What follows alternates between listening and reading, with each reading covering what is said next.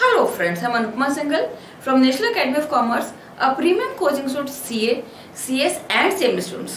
Friends, हमने अपने revision series के तहत कुछ टॉपिक्स ले रहे हैं जिस पे हम डिस्कशन करते हैं और कुछ true false questions conceptually discuss भी करते हैं।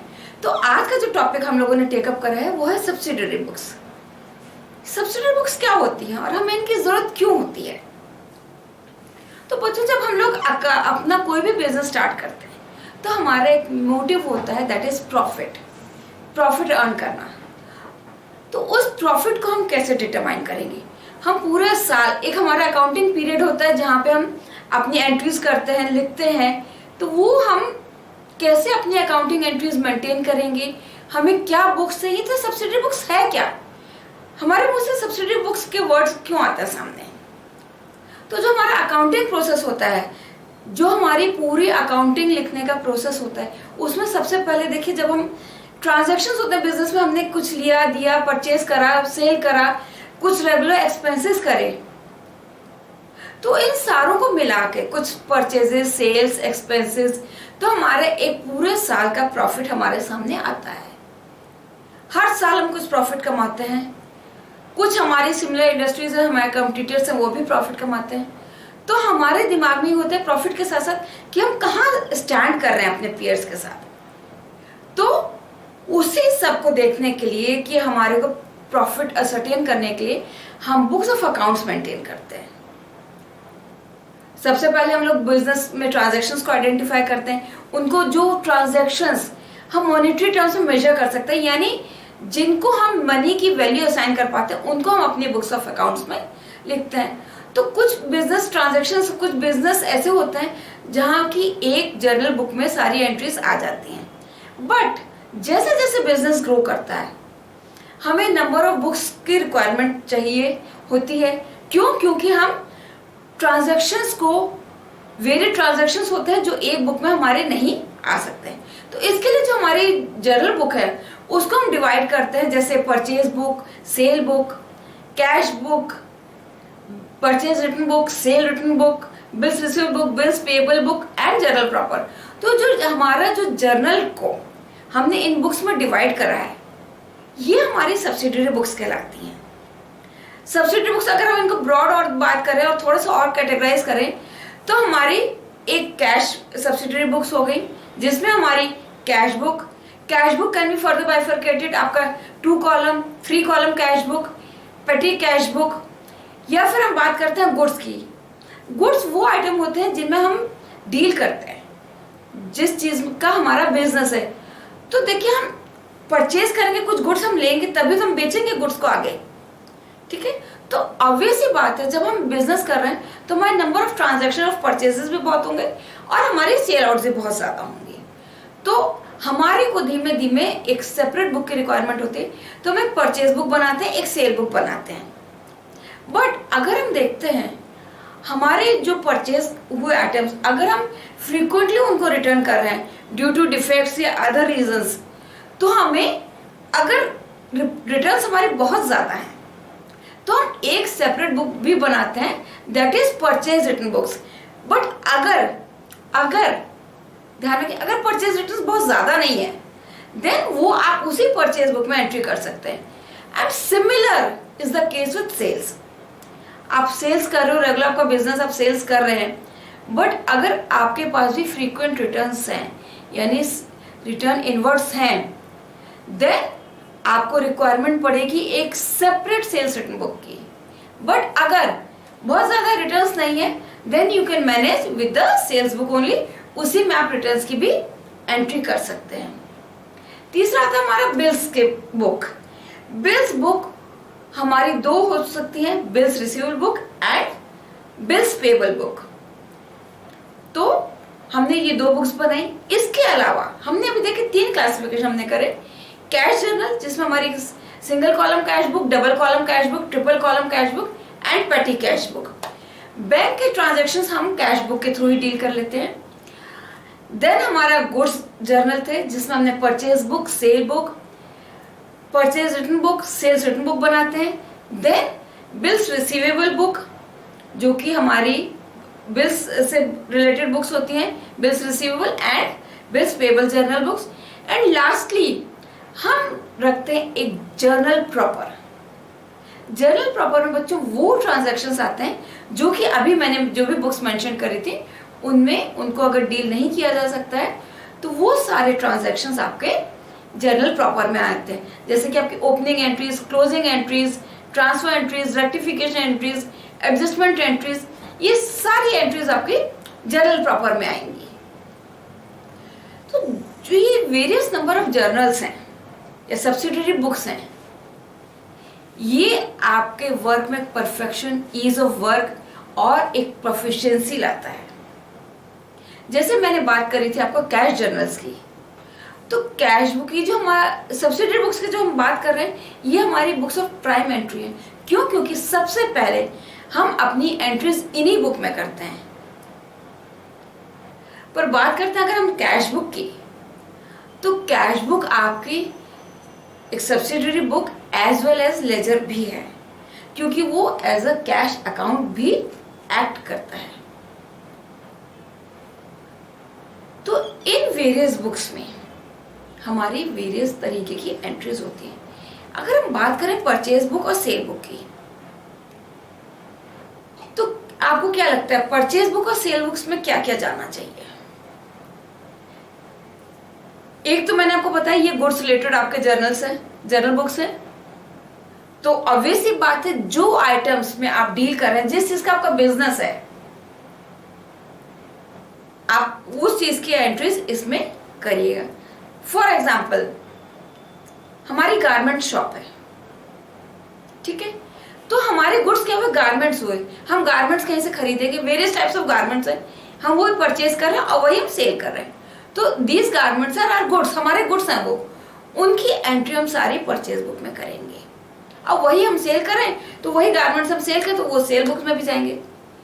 अब जब हमारे एक शॉप होगी, ऑफिस होगा, तो हमारे को बहुत सी अदर चीज़ों की रिक्वायरमेंट्स भी होगी, जैसे फर्नीचर है, कंप्यूटर है, कुछ मिसलेनियस स्टेशनरीज हैं जो कि हमें अपना ऑफिस रन करने के लिए, एडमिनिस्ट्रेटिव वर्क के लिए चाहिए। तो क्या इन सब की परचेज, सपोज आपका कंप्यूटर हो गया आपके ऑफिस के लिए, शॉप के लिए, कुछ फर्नीचर हो गया, कुछ स्टेशनरी हो गई, पेंसिल, रबर्स, इस टाइप की, तो क्या इन आइटम्स की एंट्री भी आप परचेज बुक में करोगे? नहीं, ध्यान रखिएगा, ये परचेज बुक में आपकी एंट्री नहीं जाएगी। अगर इन सब का ट्रांजैक्शंस आपने कैश में करा है, then it will go in your cash book, otherwise in journal proper. तो एक इंपॉर्टेंट पॉइंट ध्यान रखने का, परचेज और सेल बुक में बच्चों केवल और केवल आपकी गुड्स की एंट्रीज आएंगी, goods purchase and goods sale. Goods means वो आइटम जिसमें आप बिजनेस कर रहे हो। Second important aspect related to purchase and sale books वो ये है कि हम परचेज बुक और सेल बुक इन दोनों में केवल और केवल credit purchases and credit sales, remember only credit purchases and only credit sales, no cash sales, no cash purchases, केवल और केवल credit purchases and credit sales will be recorded in purchase book and sales book. तो सवाल उठता है, तो हम cash purchase करेंगे तो उसकी एंट्री नहीं करेंगे क्या? या कैश में हम सेल्स करेंगे, वो कहां जाएंगी हमारी? तो बच्चों कैश में जितना बिजनेस करिएगा वो आपका कैश बुक के थ्रू एंट्री पास होगी। अगर आपने परचेज कैश में करी है या आप सेल्स कैश में करो, वो एंट्रीज आप कैश बुक के थ्रू पास करिएगा।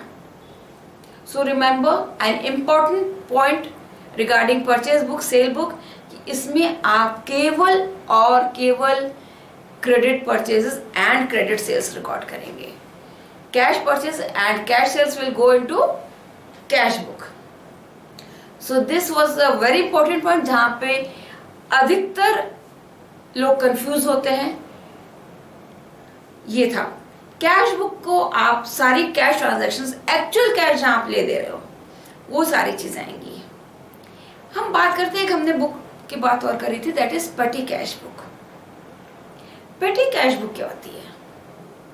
पेटी कैश बुक वो होती है जो हमारे बिजनेस में डेली के छोटे मोटे बिजनेस ट्रांजैक्शंस होते हैं, छोटे मोटे एक्सपेंडिचर्स होते हैं, कस्टमर के लिए है, चाय पानी आ रही है, छोटी मोटी स्टेशनरी आ रही है, या अदर डेली एक्सपेंसेस जो होते हैं, उनको बार बार मेंटेन करने के लिए, उनको बार बार हम मैनेजर या कैशियर को कैश देने के बजाय हम एक टाइम फिक्स कर लेते हैं, चाहे वीकली हो, चाहे फोर्टनाइटली हो, चाहे मंथली हो, एक अमाउंट फिक्स करके वो हम उनको दे देते हैं और वो एक पेटी कैश बुक मेंटेन करते हैं जिसमें रिस्पेक्टिव हेड्स में वो अपना एक्सपेंडिचर डालते रहते हैं। सपोज हमने 1000 पर मंथ का हमने फिक्स करा पेटी कैश अमाउंट, तो आफ्टर द मंथ एंड हम ये देखेंगे, सपोज हमारा 1000 हमने अमाउंट फिक्स करा था और हमारा 780 का इस पूरे मंथ में खर्चा हुआ, जो रेगुलर हमारे डे टू डे छोटे छोटे एक्सपेंसेस है, पेटी कैश बुक है, वो डील होते हैं, कोरियर है, स्टेशनरी है, इस टाइप से।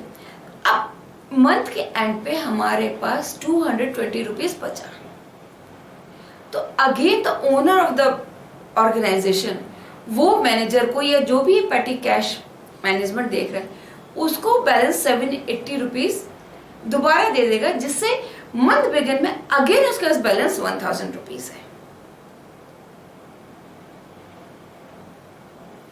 तो ये हमारा पेटी कैश बुक का हुआ है। ये स्पेशल पॉइंट है ध्यान रखने वाला, क्यों? क्योंकि पेटी कैश बुक का जब हम लोग क्वेश्चंस करते हैं तो यही एक मेजर मिस्टेक हम लोग कर जाते हैं कि जब हमारे पास मंथ एंड पे कुछ बैलेंस बचा तो हमें नेक्स्ट मंथ में फिर अगेन वो जो 1000 रुपीज का जो हमने एज एन एग्जांपल लिया है, 1000 का पूरा अमाउंट नहीं मिलेगा, we will get the balance amount जो कि हमारे पास रिमेनिंग रहा है उसको कवर करके 1000 कवर करने के लिए।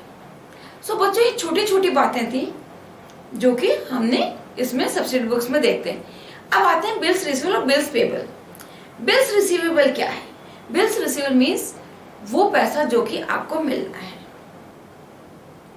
हम बिजनेस अपना क्रेडिट पे करते हैं, ऑब्वियसली बात है पूरा बिजनेस आपका कैश पे नहीं रन कर सकता है, तो जब हम बिजनेस क्रेडिट पे करेंगे तो देयर इज कहीं ना कहीं एक अनसर्टेनिटी होती है कि हमें पैसा कब मिलेगा, हमें कब मिलेगा। इसी तरह से जो जिन पार्टीज को हमें देना होता है पैसा, उनके पास भी कहीं ना कहीं अनसर्टेनिटी होती है कि हम कब पैसा देंगे।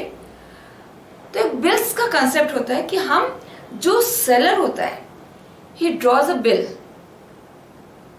जो कि उसमें लिखा होता है कि आपको इस डेट पे पर्टिकुलर डेट पर्टिकुलर अमाउंट पे करना है टू अ पर्टिकुलर पर्सन। वेग इसमें कुछ भी नहीं होता है। तो ये बिल जब ड्रॉ करता है सेलर, उसको बायर एक्सेप्ट करता है और रिटर्न कर देता है सेलर के लिए। तो दिस सिंगल बिल ये सेलर के लिए बन जाता है bills receivable, and for the buyer जिसने ये एक्सेप्ट करा है इसके लिए बन जाता है बिल्स पेबल। तो हमें जैसे हमारे पास बहुत सारे बिल्स रिसीवेबल होंगे, ऐसे हमने भी बहुत सारे बिल्स को एक्सेप्ट करा होगा, तो वो बिल्स पेबल भी होंगे हमारे पास। तो इस तरह से बिल्स रिसीवेबल और बिल्स पेबल की भी हम सेपरेट बुक्स मेंटेन करते हैं। तो हमने देखा कि क्या क्या चीज हमने डील कर ली। अब इसके अलावा बात करी थी हमने एक जर्नल प्रॉपर की। ध्यान करिए, मैंने बोला था जर्नल प्रॉपर में हम वो ट्रांजैक्शंस डील करेंगे जो कि हमारे इन रिस्पेक्टिव बुक्स में नहीं आ पाए। ओपनिंग एंट्रीज, ओपनिंग एंट्रीज क्या होती है? हमारा जब एक ईयर एंड होता है, एक अकाउंटिंग पीरियड एंड होता है, तो हमारे कुछ आइटम्स होते हैं जो कि नेक्स्ट ईयर कैरी ऑन होते हैं, जो कि हमारे बैलेंस शीट आइटम्स होते हैं, यानी कि हमारे एसेट्स एंड लायबिलिटीज। तो उनको नेक्स्ट ईयर हम अपने बुक्स में ओपन करते हैं, लेजर बुक्स में ओपन करते हैं, तो उनकी ओपनिंग एंट्रीज होती हैं। इसी तरह क्लोजिंग एंट्रीज, साल में जब हम अपने अकाउंट्स क्लोज करते हैं तो हमारे ट्रेडिंग प्रॉफिट लॉस अकाउंट्स की सारी एंट्रीज को क्लोज करके ट्रांसफर किया जाता है, तो वो हम क्लोजिंग एंट्रीज इस बुक में करते हैं। रेक्टिफिकेशन एंट्रीज, कुछ हमसे बुक्स ऑफ अकाउंट्स लिखते हुए गलती हो गई, तो हम रेक्टिफिकेशन एंट्रीज जो हम पास करते हैं through this journal proper. Adjustment entries हैं, वो भी हम इन्हीं बुक्स के थ्रू पास करते हैं। तो एक छोटा सा इंट्रोडक्शन था सब्सिडियरी बुक्स के ऊपर, और इन वेरियस बुक्स के थ्रू हमारा एरर लोकेशन भी बहुत इजी हो जाता है। कहीं अगर हमारा एंड में ट्रायल बैलेंस जो कि हम सब्सिडरी बुक्स के बाद लेजर बनाते हैं, लेजर में हम क्लासिफाई करते हैं अपनी सारी एंट्रीज को अकाउंट हेड वाइज, और फिर हम ट्रायल बैलेंस बनाते हैं। ट्रायल बैलेंस मीन्स वो स्टेटमेंट जिसमें सारे अकाउंट्स के डेबिट या क्रेडिट क्लोजिंग बैलेंसेस आते हैं, जो कि हमारी बुक्स की अर्थमेटिकल एक्यूरेसी को डिटरमाइन करता है।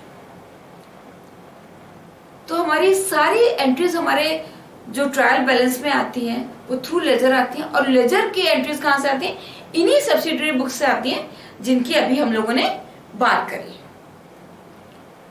तो अगर हमारा ट्रायल बैलेंस, अगर हमने डबल अकाउंटिंग सिस्टम के रूल्स प्रॉपरली फॉलो करें अकाउंटिंग एंट्रीज लिखने में, अपनी सब्सिडरी बुक्स को लिखने में, तो हमारे ट्रायल बैलेंस का टोटल यानी debit and credit should be perfectly equal. This determines, purely ये डिटरमाइन करता है कि आपकी बुक्स की अर्थमेटिकल एक्यूरेसी सही है। बट अगर ये किसी वजह से टैली नहीं करता है तो हमें अपने डिफरेंसेस का कारण ढूंढना पड़ता है, हमने कहाँ पे जर्नल एंट्रीज में गलती करी। तो ये अगर हमारे ट्रांजैक्शंस वेरियस बुक्स में स्प्रेड आउट है तो हमारे को एरर लोकेशन में भी बहुत ज़्यादा हेल्प मिलती है, प्लस हमारे वर्क में परफेक्शन आता है और टाइम भी सेव होता है। तो बच्चों आइए हम लोग बिगिन करते हैं अपने ट्रू फॉल्स की सीरीज, और देखते हैं आज ट्रू फॉल्स में हमारे पास किस टाइप के क्वेश्चंस हैं, और उनको हम लोग कंसेप्चुअली भी टेक ओवर करते हैं और डिस्कस करते हैं। हेलो फ्रेंड, चलिए हम लोग बिगिन करते हैं अपने ट्रू फॉल्स सीरीज में सीएफ फाउंडेशन, सीएस फाउंडेशन और सीएमए फाउंडेशन स्टूडेंट्स के लिए ट्रू फॉल्स 10 क्वेश्चन की series on subsidiary books. So let's begin friends.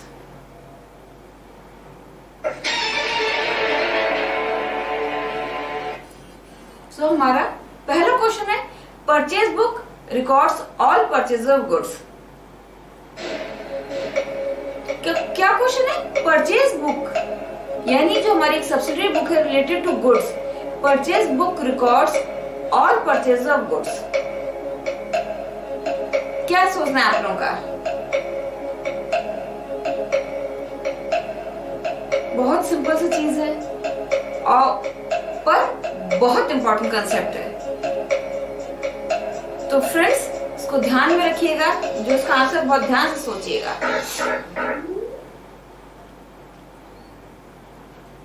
The answer is false.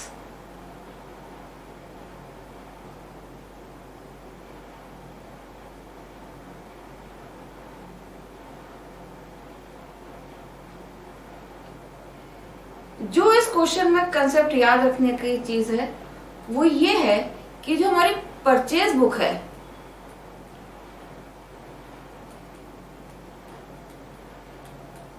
it records only and only credit purchases of goods only, of goods only. ये ध्यान रखिएगा, important aspect जो है इस question के दो हैं। तो क्रेडिट परचेज ओनली और goods only. So purchase book records only credit purchase of goods dealt in और of material and stores used in the factory, यानी कि जिन चीजों में आप डील करते हैं केवल और केवल, यानी जिस चीज का आपका बिजनेस है, जो गुड्स आप बेच रहे हैं, केवल और केवल उनकी क्रेडिट रिकॉर्डिंग्स होगी परचेज बुक में।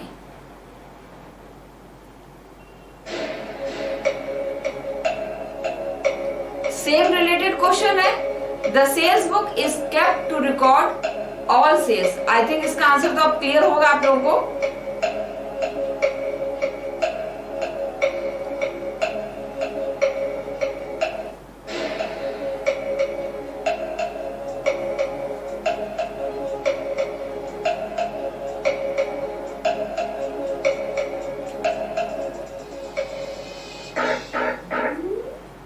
Sales book,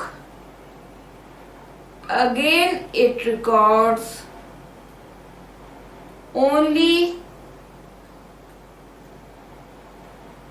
credit sales of goods,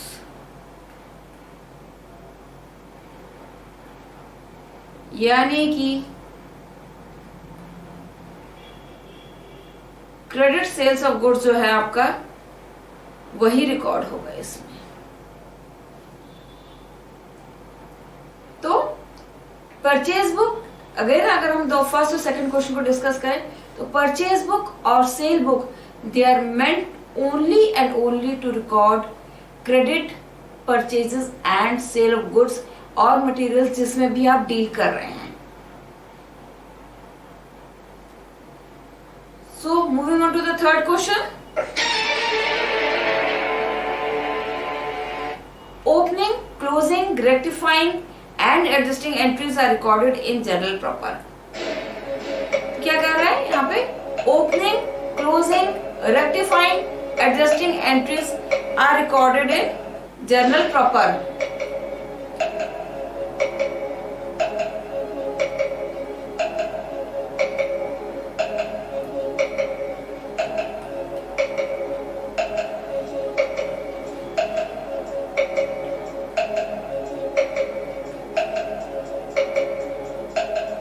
journal proper, इसमें आपकी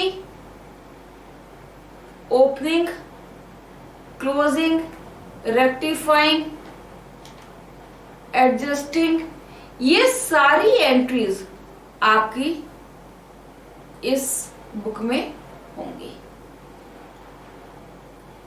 यानी कि जो एंट्रीज हमारी अदर सब्सिडियरी बुक्स में, जैसे कि cash book,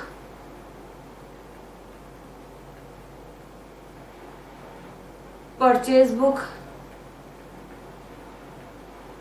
sales book,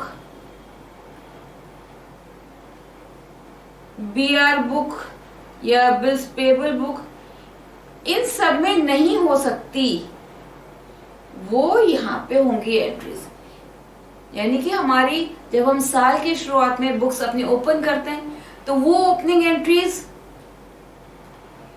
closing entries जब बुक्स क्लोज होती है, या हमने बुक्स लिखने में कोई भी एरर कर दिया है नोइंगली अननोइंगली, उनको रेक्टिफाई करने के लिए, या अदर एडजस्टमेंट एंट्रीज, इन सब को नोट करने के लिए हमारी एक सेपरेट बुक होती है, वो होती है जर्नल प्रॉपर। चलिए देखते हैं आंसर हम लोग। True, all the opening, closing, rectifying and adjusting entries are recorded in journal proper because these entries cannot be recorded in any other subsidiary book। यही मैंने अभी आपको बताया कि परचेज बुक में हम परचेजेस, सेल बुक में सेल्स, परचेज रिटर्न में परचेज रिटर्न, सेल्स रिटर्न में सेल्स रिटर्न, बिल्स रिसीवेबल में वो बिल्स जो हमें हमारे पास है, बिल्स पेबल में वो बिल्स जो हमने एक्सेप्ट करे हैं, कैश बुक में कैश के ट्रांजैक्शंस। तो उन सब के अलावा कुछ एंट्रीज ऐसी होती है जो कि हमें जर्नल प्रॉपर में रिकॉर्ड करनी होती है। वो एंट्रीज कौन सी है? ओपनिंग, क्लोजिफाइंग, रेक्टिफाइंग, एडजस्टिंग, ये entries. Where cash book, purchases book, sales book, purchase return book, sales return book, bills receivable book and bills payable book are maintained, journal need not be maintained. यानी इस question में क्या कह रहा है? Various subsidiary books का नाम ले रहा है, cash book, purchase book, sales book, purchase return book, sales return book, bills receivable book, bills payable book. यानी कि जहां क्या है, जहां सारी सब्सिडियरी बुक्स मेंटेन है, वहां हमें जर्नल बनाने की जरूरत नहीं है, जर्नल प्रॉपर रखने की जरूरत नहीं है। क्या लगता है आप लोगों को? अभी कुछ रिलेटेड एस्पेक्ट हमने लास्ट क्वेश्चन में डिस्कस करा था। चलिए देखते हैं answer. The answer is false. क्यों? ये बता कि बहुत से ट्रांजैक्शंस ऐसे हैं, जैसे ओपनिंग है, क्लोजिंग है, रेक्टिफाइंग एंट्रीज हैं, एडजस्टमेंट एंट्रीज हैं। ये सारी एंट्रीज हमारी और किसी बुक्स का पार्ट नहीं बन पाती हैं। वो एंट्रीज हमें जर्नल प्रॉपर के थ्रू पास करनी है। तो इसलिए इतनी variety of subsidiary books maintain करने के बाद भी, like cash book, purchase book, sale book, returns book, bills receivable, bills payable book, उसके बाद भी वी नीड टू, यानी कि हमें जरूरत है जर्नल प्रॉपर बुक्स मेंटेन करने की।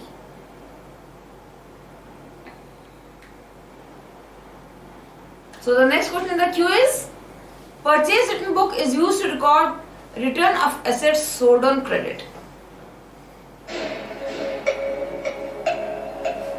चलिए जब तक हमारे टिकटॉक चल रहा है हम लोग डिस्कस करते हैं परचेज रिटर्न बुक। यहाँ पे बात आ रही है परचेज रिटर्न बुक की is used to record return of assets sold on credit.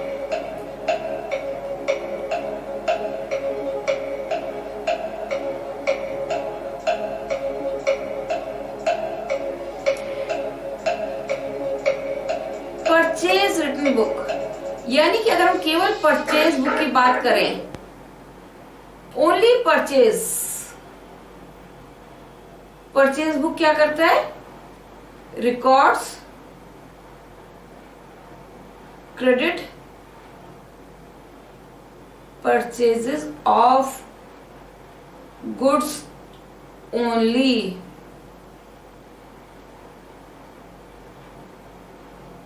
ठीक है, पर यहां क्वेश्चन में बात हो रही है used to record return of assets sold on credit.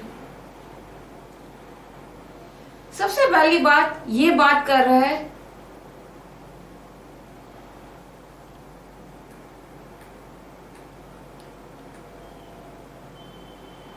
Cell of assets on credit.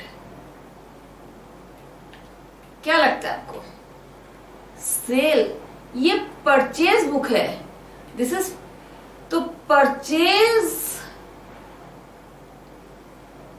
Book में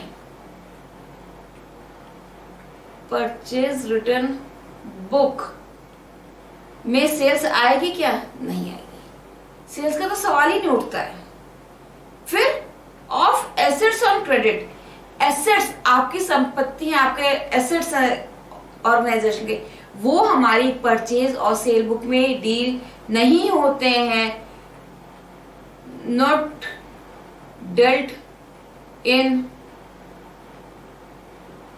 परचेज एंड सेल बुक्स। बहुत इंपॉर्टेंट कंसेप्ट है बच्चों, ध्यान रखिएगा। परचेज और सेल बुक में आपकी एसेट्स की सेल परचेज नहीं रिकॉर्ड होती है।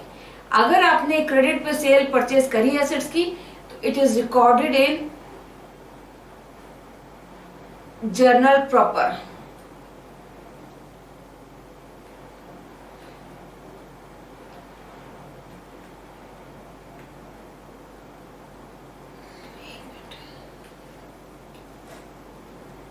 एसेट सेल परचेज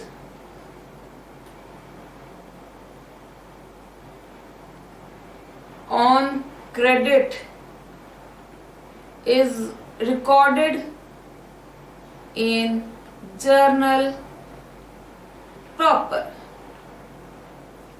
तो अगर हम बात करते हैं इस क्वेश्चन की, ये क्या है, is used to record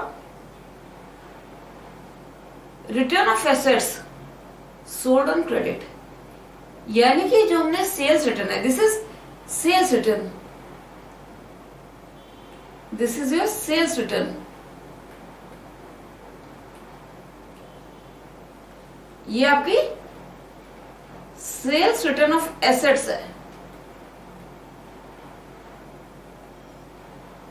remember ये यहां पे डील नहीं होगी। तो परचेज रिटर्न बुक में केवल आपके गुड्स जो रिटर्न हुए हैं, यानी रिटर्न इनवर्ड्स हुई हैं, सॉरी रिटर्न आउटवर्ड्स हैं, वही रिकॉर्ड होंगे। जो हमने परचेजेस करी थी और वो हमने किसी वजह से गुड्स की परचेजेस करी थी, वो किसी वजह से डिफेक्टिव थे या एक्सेस क्वांटिटी हमारे पास आ गई, तब हम उन्हें रिटर्न आउटवर्ड्स करते हैं। तो परचेज रिटर्न बुक में केवल और केवल वही आता है, ना कि ये। तो our answer is false. Purchase return book used to record return of goods purchased on credit. So आपका एसेट्स वाला आंसर गलत है। यहाँ पे record return of assets sold on credit, हमने एसेट्स को क्रेडिट पे बेचा था, अपने किसी एसेट को बेचा था, वो वापस कर दिए गए, तो उसकी एंट्री परचेज रिटर्न बुक में नहीं आएगी, उसकी एंट्री आएगी जनरल प्रॉपर में।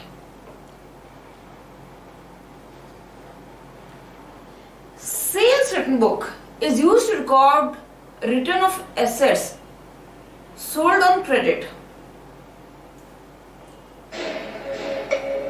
I think इसके लास्ट क्वेश्चन में हमारा यही था कि purchase return book is used to record return of assets sold on credit, है ना।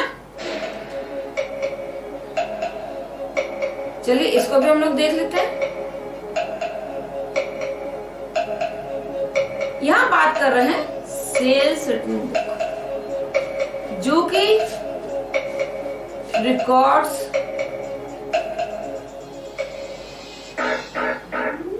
Return of goods sold on credit. ये क्या कर रहा है?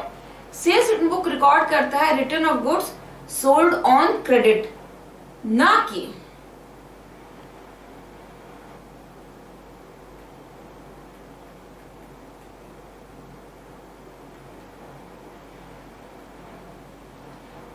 does not record।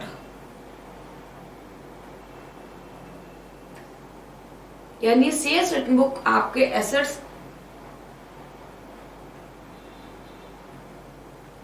does not record any entry related to assets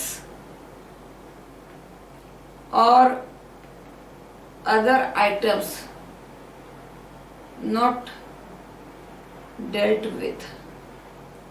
यानी कि एसेट्स का रिटर्न है तो अगेन जैसा मैंने लास्ट क्वेश्चन में आपको बताया बच्चों, ये आपका कहां जाएगा? जर्नल प्रॉपर में। देखते हैं आंसर हम लोग। False.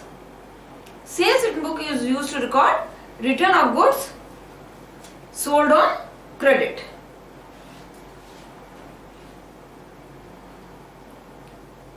When a customer returns a goods, a debit note is sent to him।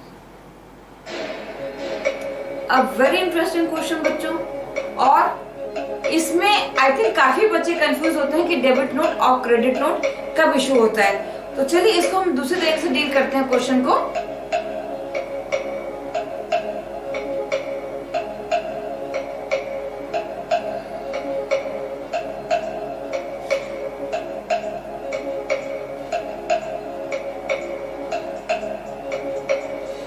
When a customer returns the goods, customer returns the goods means, this means sales return। चलिए देखते हैं, जब हम सेल्स करते हैं on sales, entry क्या होती है?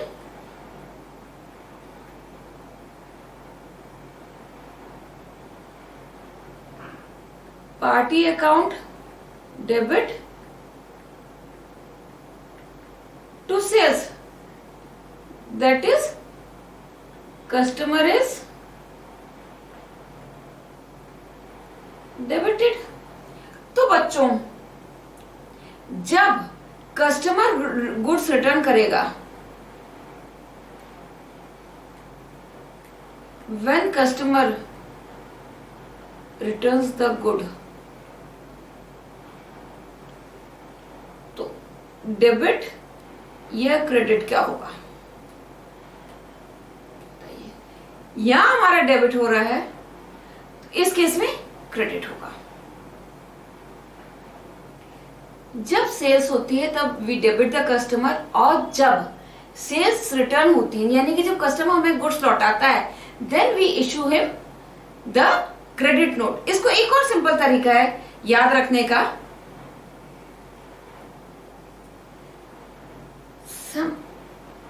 एक सेल्स, जब हम सेल्स होती है तो सेल्स रिटर्न के केस में एक सिंपल तरीका थोड़ा सा मैंने बनाया है, इसको याद रखना है। तो सेल्स के केस में जब रिटर्न होती है तो इसको हम एस से सी इस तरह से बन जाता है, तो सेल्स में क्रेडिट नोट, या sales is always credit, so In case of return, customer is issued a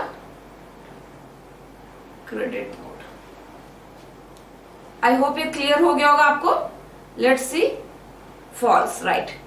When a customer returns the goods, a credit note is sent to him. I hope clear हुआ होगा concept. और जो थोड़ा सा मैंने design से या किसी चीज से बताया आपको, वो आपको याद रहेगा. Next question in the series, when the goods are return to supplier. वहां बात हो रही थी कस्टमर ने हमें लौटाया. अब हम बात कर रहे हैं जब हम गुड्स लौटाते हैं, तो a credit notice send to him.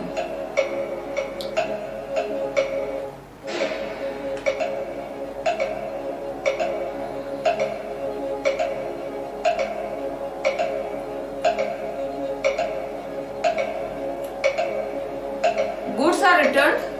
This is your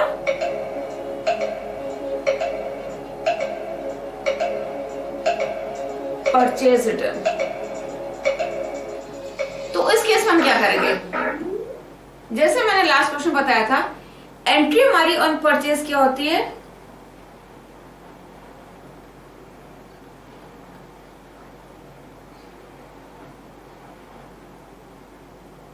purchase account debit to party. So party is credited. तो जब हम गुड्स रिटर्न करेंगे तो क्या पार्टी को क्रेडिट करेंगे? नो. हम इस केस में डेबिट नोट इशू करेंगे. अगेन इसको याद रखने का तरीका उसी तरीके से कुछ purchases are always debit, so on purchases return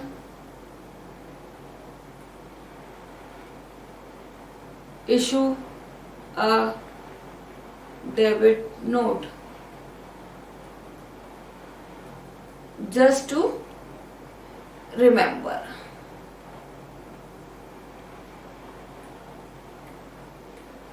जैसे लास्ट क्वेश्चन मैंने बताया, एस से हमने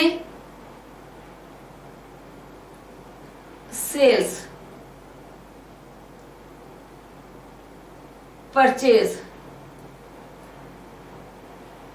एस से सी बना, पी से डी बना, तो यहां पे हमारा क्रेडिट नोट, यहां पे debit note on returns.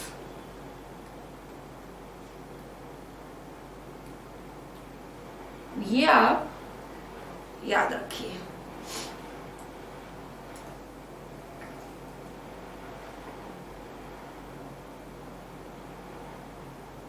See, answer is false. When the goods are returned to a supplier, a debit note is sent to him. थोड़ा सा मैंने डिजाइन के फॉर्म में थोड़ा सा लिंक करके आपको याद रखने का तरीका ही बता दिया और कंसेप्ट भी बता दिया कि सेल्स में हम पार्टी को डेबिट करते हैं. तो ऑब्वियस सी बात है, जब हम गुड्स रिटर्न करेंगे तो उसको हम क्रेडिट नोट इशू करेंगे. परचेजेस में हम पार्टी को क्रेडिट करते हैं, तो जब हम पार्टी को माल वापस करेंगे, कस्टमर को माल वापस या जिससे हमने जो हमारे सप्लायर है उनको माल वापस कर रहे हैं, गुड्स वापस कर रहे हैं, तो ऑब्वियस सी बात है उनको दोबारा से तो हम क्रेडिट नोट नहीं देंगे ना, क्रेडिट नहीं देंगे. In that case we will issue a debit note. तो coming to the second last question in the series, purchase of fixed asset on credit is recorded in purchases book. चलिए जब तक हमारा टिकटॉक बज रहा है, हम इस क्वेश्चन का एक्सप्लेनेशन देख लेते हैं.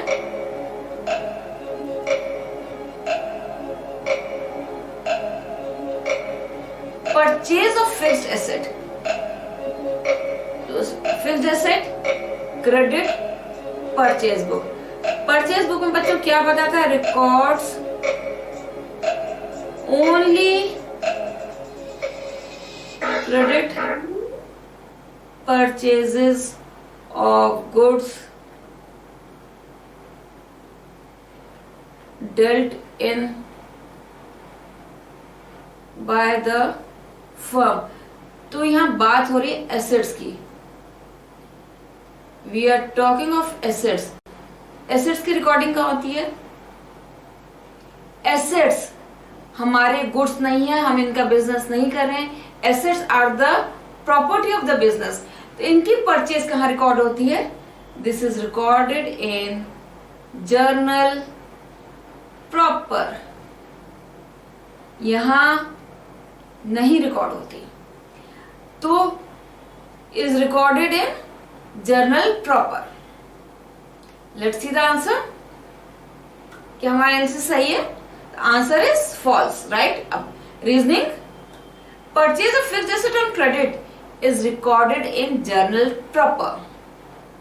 बच्चों ध्यान रखिए, again I am repeating, purchase book is meant only and only to record credit purchase of goods. वो गुड्स जिनका आप बिजनेस कर रहे हैं, जो कि आप बेच खरीद रहे हैं।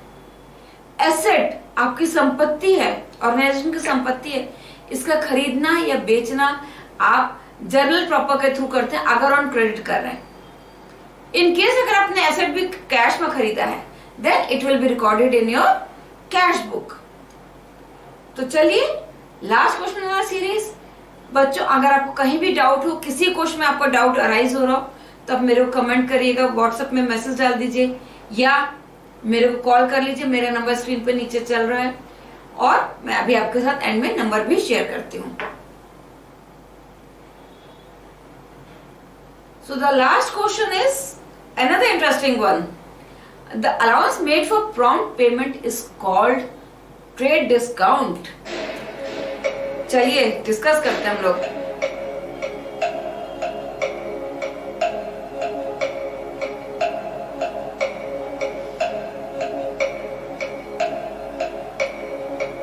तो बच्चों बात करते हैं, हमारे दो टाइप के डिस्काउंट्स होते हैं।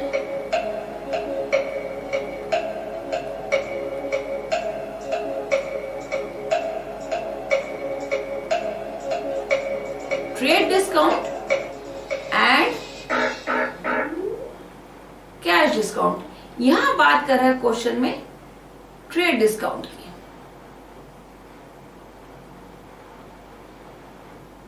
फॉर प्रॉम्प्ट पेमेंट, क्या लगता है आपको क्या आंसर होगा इसका? क्या ये सही आंसर? बच्चों this is for prompt payment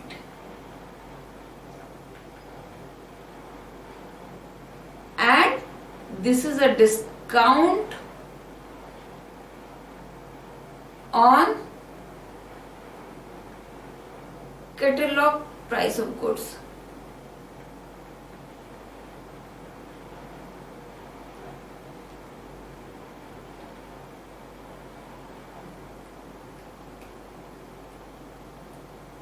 यानी कि ये डिस्काउंट मिलता है, we get this type of discount at the time of purchase of goods, which is not shown in ledger accounts। ये आपका प्रॉम्प्ट पेमेंट के लिए है। For timely and prompt payment is cash discount which is shown in the books। I hope clear हुआ आपको concept. बहुत बच्चे इसमें कंफ्यूज होते हैं, cash discount and trade discount. बच्चे जब हम कोई भी गुड्स खरीदने जाते हैं, वो समय जो दुकानदार से रिक्वेस्ट करते हैं या बल्क परचेजिंग में हमें डिस्काउंट मिलता है, तो वो जो होता है वो हमारा ट्रेड डिस्काउंट होता है। ये हमारा परचेज बुक में तो रिफ्लेक्ट करता है, बट हमारे लेजर बुक में जो परचेज की फिगर जाती है वो नेट फिगर जाती है, यानी कि आफ्टर डिडक्टिंग ट्रेड डिस्काउंट।